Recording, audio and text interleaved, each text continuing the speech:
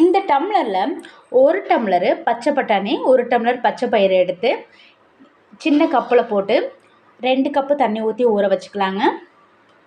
ஒரு full night இது ரெண்டையும் நல்லா ஊற வச்சு எடுத்துக்கலாங்க. இந்த பச்சை பயிரும் பச்சை பட்டாணியும் நல்லா ஊறிடுச்சுங்க.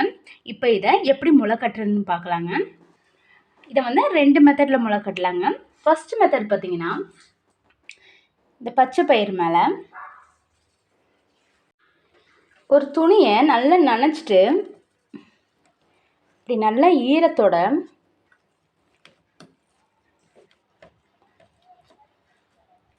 இப்படி வச்சிடலாங்க.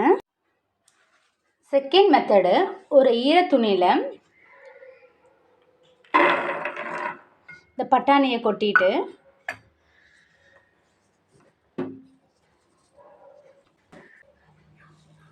நல்லா அந்த மாதிரி டைட்டாக கட்டி வச்சிடலாங்க. இது ஏற்படுங்க.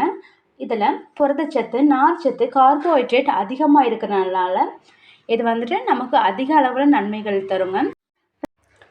ஃப்ரெண்ட்ஸ், நம்மளோட பச்சை பயிர் பாருங்கள் சூப்பராக முளை கட்டி வந்திருக்குதுங்க. இப்போ அடுத்து நம்ம முளை கட்டி வச்ச பச்சை பட்டாணியை பார்ப்போங்க. பச்சை பட்டாணியும் பாருங்கள் சூப்பராக முளை கட்டி வந்திருக்குங்க.